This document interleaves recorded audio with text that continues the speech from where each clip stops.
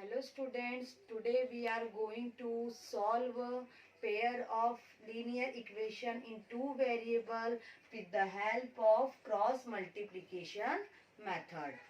Previous video में मैंने आपको सब्स्टिट्यूशन मेथड बताई, एलिमिनेशन मेथड बताई। अब थर्ड नंबर पे आती है आपकी क्रॉस मल्टीप्लिकेशन मेथड। अब हमारी जो pair of linear equation two variable है वो इस फॉर्म में दे के रखेंगे, जैसे सब्स्टिट्यूशन मेथड में या एलिमिनेशन मेथड में दे के रखा था। देखिए, और अगर इस टाइप से इक्वेशन नहीं है तो हमको पहले इसको एडजस्ट करके इस फॉर्म में बनाना होगा। तो हमारी फर्स्ट इक्वेशन रहेगी a1x plus b1y plus c1 equal to 0। Second equation रहेगी a2x plus b2y plus c2 equal to 0।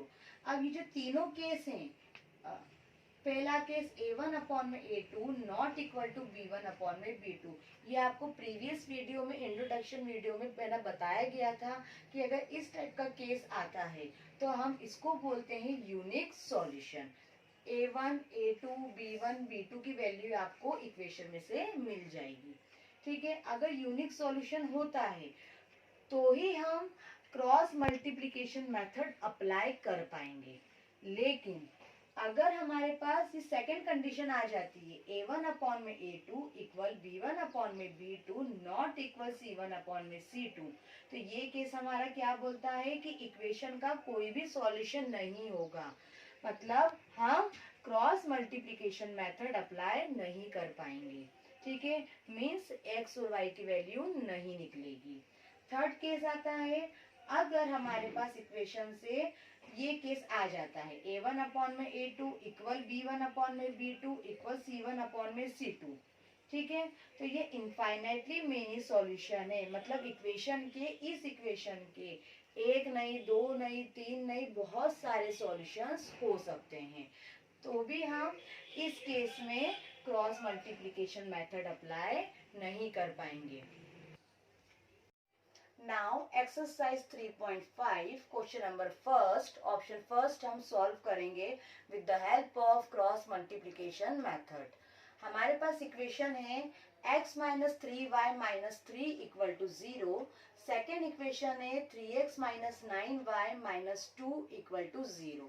यहाँ पे हमारे पास linear equation in two variable दो है हमारे पास equation.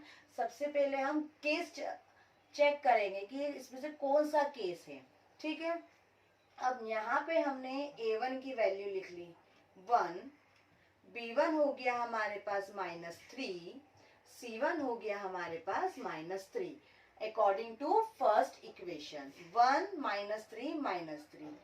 According to second equation a2 हो गया हमारे पास 3, b2 हो गया -9, c2 हो गया -2। ठीक है, अब यहां से हम केस देखते क्या है। 1/3 इक्वल -3/9, ठीक है, इक्वल -3 -2, माइनस से माइनस कैंसल, 3 1 जा 3, 3 3 जा 9। ओके, तो ये हमारे पास हो गया, और माइनस से माइनस कैंसल, 1/3 इक्वल 1/3 इक्वल 3/2। अब ये दोनों इक्वल है, लेकिन हमारे पास थर्ड वाली टर्म इक्वल नहीं है। ठीक है, तो ये हमारा केस हो गया a1 upon a2 equal b1 upon b2 not equal c1 upon c2। Students, ये वाली कंडीशन हमारी किस केस में आती है? Linear equation has no solution. जब हमारे पास नो सॉल्यूशन की कंडीशन आ गई तो हम क्रॉस मल्टीप्लिकेशन मेथड अप्लाई नहीं कर सकते, इससे x और y की वैल्यू नहीं आएगी। Now exercise 3.5 question number first का सेकेंड ऑप्शन। हमारे पास यहाँ पे लीनियर इक्वेशन देके रखी है 2x plus Y equal to 5। Second equation है 3x plus 2y equal to 8। ये प्रॉपर हमारे पास एडजस्ट करी हुई नहीं है, तो सबसे पहले हम इसको एडजस्ट करेंगे। फर्स्ट इक्वेशन में 5 राइट हैंड साइड, इसको लेफ्ट हैंड साइड ले आएंगे माइनस में, 2x plus Y minus 5 equal to 0। ठीक है, 0 के इक्वल में इक्वेशन होना चाहिए, अगर नहीं है तो आपको एडजस्टमेंट करना पड़ेगा। सेकेंड इक्वेशन में भी राइट हैंड साइड 8 है, उसको लेफ्ट हैंड साइड लेके आएंगे, माइनस में हो जाएगा, माइनस का 8 इक्वल टू 0। अब यहाँ से हम a1, a2, b1, b2, c1, c2 की वैल्यू निकाल सकते हैं। तो हमारे पास a1 की वैल्यू हो गई according to first equation, a1 equal to 2, b1 equal to 1, c1 equal to -5। a1, b1, c1। अब a2, b2, c2 निकालेंगे with the help of second equation. तो a2 हमारा हो गया a2 equal to 3, b2 equal to 2, then c2 equal to minus का 8। a2, b2, c2। ठीक है, अब हम देखेंगे कि इसमें से हमारा कौन सा केस है, यूनिक सॉल्यूशन का है, नो सॉल्यूशन का है, या फिर इनफाइनाइटली मेनी सॉल्यूशन का है। ठीक है, अगर हम यहाँ पे डायरेक्टली देखें विदाउट सॉल्व करें तो 2/3 हो रहा है, a1/a2 2/3, b1/b2 1/2। अब ये दोनों स्टार्टिंग के फर्स्ट और सेकंड पार्ट से ही हमको दिख रहा है ये यूनिक सॉल्यूशन है, तो हम लिख सकते हैं 2/3 इक्वल 1/2। ये दोनों आपस में कैसे है, नॉट इक्वल है, तो ये हमारा हो गया यूनिक सॉल्यूशन। और यूनिक सॉल्यूशन की कंडीशन क्या होती है, a1/a2 नॉट इक्वल b1 में b2। Linear equation has unique solution. अब हम कह सकते हैं कि जब इस इक्वेशन का हमारे पास यूनिक सॉल्यूशन आ गया तो हम इसमें क्रॉस मल्टीप्लिकेशन मेथड अप्लाई कर सकते हैं। बच्चों, अब हम यहाँ पे हमारे पास दो इक्वेशन है, इसका यूनिक सॉल्यूशन आ गया तो हम इसमें क्रॉस मल्टीप्लिकेशन मेथड अप्लाई कर सकते हैं। मैं आपको इसकी एक इजी ट्रिक बताऊंगी, अगर आप ये ट्रिक अप्लाई करेंगे तो कभी भी आपका आंसर गलत नहीं आएगा। तो ट्रिक ये है, सबसे पहले आप लिखेंगे x equal minus Y equal 1। Okay, आपने ये लिख दिया। ठीक है, अब जो वेरिएबल हम ले रहे हैं इक्वेशन में आप उसको हाइड कर दीजिए, छुपा दीजिए। अब जब छुपाने के बाद आप क्रॉस मल्टीप्लिकेशन कैसे करेंगे, सबसे पहले आप नीचे गिरेंगे, उसके बाद आप ऊपर उठेंगे। ये वाला एरो आप ध्यान रखिएगा। पहले फर्स्ट पोजीशन पे आपको करना है, नीचे गिरना है, नीचे की तरफ मल्टीप्लाई करना है, और सेकेंड टाइम में आपको ऊपर की तरफ मल्टीप्लाई करना है। अब ये ट्रिक कैसे लगाएंगे मैं आपको बताती हूँ। अब आप देखेंगे कि तीनों x माइनस वाई 1, ये जो हमारे पास हमने लिखा है, इनके बीच में हम लगा देंगे माइनस। अब हमने माइनस क्यों लगाया है, जब हम नीचे गिरेंगे उसके बाद जब ऊपर उठेंगे तो उसके पहले हम लगाएंगे माइनस। ठीक है, अब यहाँ पे हमने x वेरिएबल के लिए हमने करा है तो हमने x वेरिएबल को हाइड कर दिया। अगर x वेरिएबल को हाइड कर दे तो पहले हमको क्या करना है, नीचे गिरना है। तो y के पास क्या है 1 और नीचे क्या है -8, तो 1 इंटू -8। ठीक है, यहाँ पे हमने 1 इंटू -8 करा, -8 आया, हम देखिए नीचे गिर गए, अब ऊपर उठना है। अब y के पास क्या है, याद रखिएगा x वाला वेरिएबल हाइट है, जो जिसके नीचे हम सॉल्व कर रहे हैं वो हाइट करना है। 2 इंटू -5, यहाँ हो जाएगा हमारा माइनस का 10, 2 इंटू 5 10, प्लस माइनस माइनस, बीच में ऑलरेडी माइनस है। अब हम y पे आते हैं, तो y जो वेरिएबल है उसको हमको हाइड करना है। अगर हम y वेरिएबल निकाल रहे हैं तो y को हाइड करेंगे। ठीक है, अब इसको हमने छुपा दिया, तो क्या आ रहा है आपके पास 2x -5 3x -8। अब हमको नीचे गिरना है, तो 2 इंटू -8 माइनस का 16 ठीक है, माइनस यहाँ पे ऑलरेडी है, नीचे गिर गए तो माइनस का 16 आ गया। अब ऊपर उठेंगे 3 इंटू -15, तो 3 इंटू -15 नहीं 3 इंटू -5 माइनस का 15, 3 5 15। ओके, अब 1 क्या है, कांस्टेंट है, तो कांस्टेंट यहाँ पे हमारे पास क्या है, -5 -8। ठीक है, अब इसको हाइड करेंगे तो हमारे पास क्या बचा, 2 1 3 2। अब हम नीचे गिरेंगे, 2 इंटू 2 4, माइनस हमारे पास ऑलरेडी है, 3 इंटू 1, y के पास क्या है 1, तो 3 इंटू 1 हो जाएगा आपका 3। ठीक है, अब ये हमारा सारा हो गया, हमने अप्लाई कर दी क्रॉस मल्टीप्लीकेशन मेथड। अब हम करेंगे कैलकुलेशन। तो नेक्स्ट स्टेप में x as it is, -8 as it is, minus minus plus 10 हो गया, माइनस का y -16, माइनस माइनस प्लस 15 हो गया, 4 में से 3 माइनस करेंगे हमारा 1 आ जाएगा। ठीक है, x 10 में से 8 माइनस करेंगे 2,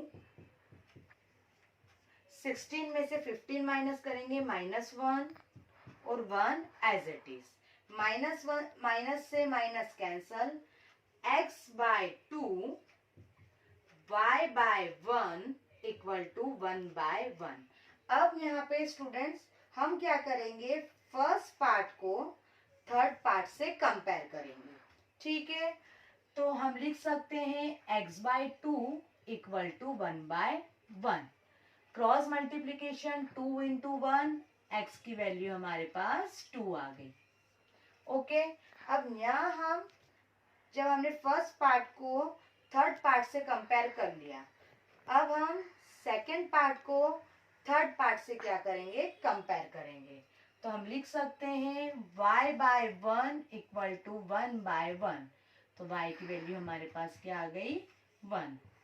फाइनल आंसर हमारा हो गया x equal to 1, x equal to 2 and y equal to 1।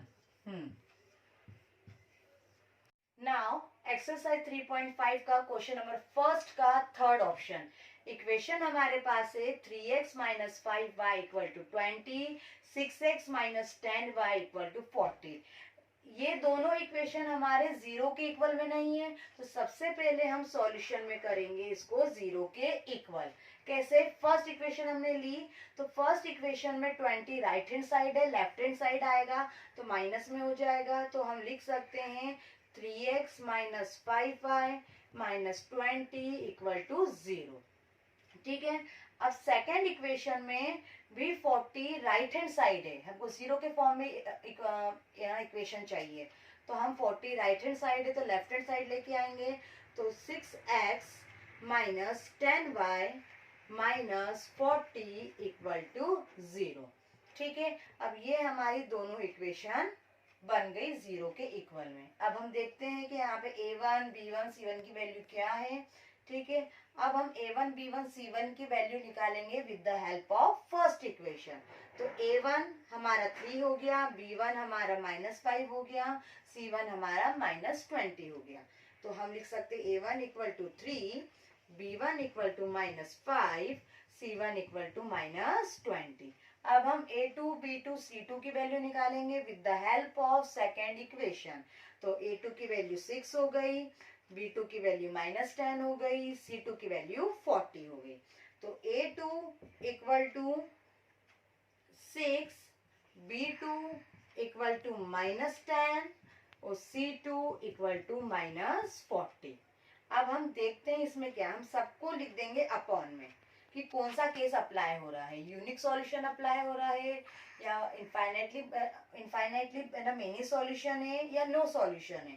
ठीक है, तो हम सारी वैल्यू को अपॉन में लिख देंगे, like a1 bye a2, b1 bye b2, c1 bye c2। तो हम लिखेंगे 3 बाय 6 इक्वल -5 बाय -10 -20 -40। देखिए 3 1 जा 3, 3 2 जा 6, माइनस से माइनस कैंसल, 5 1 जा 5, 5 2 जा 10, माइनस से माइनस कैंसल, 0 से 0 कैंसल, 2 1 जा 2, 2 2 जा 4। तो ये हमारा हो गया 1/2, 1/2, 1/2। ये हम लिख सकते हैं, ये कौन सा केस है हमारा? अगर तीनों वैल्यू हमारी इक्वल आ गई तो हमारा कौन सा केस है? A1/A2 equal B1/B2 equal C1/C2। ये केस बोलता है कि हमारी इक्वेशन का इनफाइनाइटली मेनी सॉल्यूशन है। तो हम लिख सकते हैं linear equation has infinitely many solution। Means इस इक्वेशन के हमारे पास बहुत सारे सॉल्यूशन हो सकते हैं। तो इन दोनों इक्वेशन में क्रॉस मल्टीप्लिकेशन मेथड अप्लाई नहीं होगी। नाउ क्वेश्चन नंबर फर्स्ट का फोर्थ ऑप्शन हम सॉल्व करेंगे। हमारे पास इक्वेशन है x minus 3y minus 7 equal to 0, 3x minus 3y minus 15 equal to 0। अब देखिए ये दोनों इक्वेशन 0 के इक्वल में है, तो हमको एडजस्टमेंट करने की कोई जरूरत नहीं है। हम direct A1 A2 B1 B2 C1 C2 की वैल्यू निकालेंगे। कैसे? A1 आपका हो गया with the help of first equation 1, B1 आपका हो गया -3, C1 हो गया माइनस का 7, A1 B1 C1। अब हम A2 B2 C2 की वैल्यू निकालेंगे with the help of second equation. तो A2 आपका हो गया 3, B2 आपका -3, C2 आपका -15। तो A2 हो गया 3, B2 माइनस का 3, C2 माइनस का 15। अगर हम केवल इन दोनों चीजों को देखें तो हमारा A1/A2 B1/B2 नॉट इक्वल आ रहा है। तो हमको आगे जब दोनों स्टार्टिंग में जब हमको दिख गया कि ये A1/A2 B1/B2 नॉट इक्वल है, तो हमको C तक जाने की जरूरत ही नहीं है। तो हम लिख सकते हैं 1/3 A1/A2 means 1/3, not equal B1/B2 means -3, -3, minus से माइनस कैंसल, 1, ये 1 आ गया। तो 1/3 नॉट इक्वल टू 1/1। तो ये हमारा केस हो गया A1/A2 नॉट इक्वल B1/B2। ये वाला केस हमारा यूनिक सॉल्यूशन में आता है। तो हम लिख सकते हैं linear equation has unique solution. ठीक है, इसका ये मतलब है कि हम इस इक्वेशन में क्रॉस मल्टीप्लिकेशन मेथड लगा सकते हैं। नाउ हमारे पास इन दोनों इक्वेशन का यूनिक सॉल्यूशन आ गया, तो हम क्रॉस मल्टीप्लिकेशन मेथड अप्लाई करेंगे। हमने लिख लिया again x equal -y equal 1, दोनों के बीच में हमने माइनस साइन लगा दिया। ठीक है, अब ये मैंने मल्टीप्लाई कैसे करा है? जैसे कि प्रीवियस क्वेश्चन में मैंने आपको बताया था, अगर हम x वेरिएबल फाइंड आउट कर रहे हैं तो x वेरिएबल इक्वेशन में से हम छुपा लेंगे, हाइड कर लेंगे। ठीक है, अब सबसे पहले हम नीचे गिरेंगे, माइनस साइन लगाएंगे और फिर ऊपर उठेंगे। ठीक है, तो ये आपका हो गया सबसे पहले तो माइनस माइनस प्लस, प्लस में आपका आंसर आएगा 3 इंटू 15, 3 इंटू 15 45। ठीक है, माइनस साइन हमने बीच में लगाया। अब हम ऊपर उठेंगे, माइनस माइनस प्लस, प्लस तो हो गया 3 इंटू 7 21। अब हम y पे आते हैं, तो y के वेरिएबल को हाइड करेंगे। जिस वेरिएबल का हम काम कर रहे हैं उस वेरिएबल को हम हाइड कर देंगे। ठीक है, अब हमारा बचा क्या? ये हम इसमें मल्टीप्लाई करेंगे। अगर मैंने इसको हटा दिया है तो हम सबसे पहले नीचे गिरेंगे, 1 इंटू -15 -15, माइनस हम लगाएंगे, 3 इंटू -7 माइनस का 21।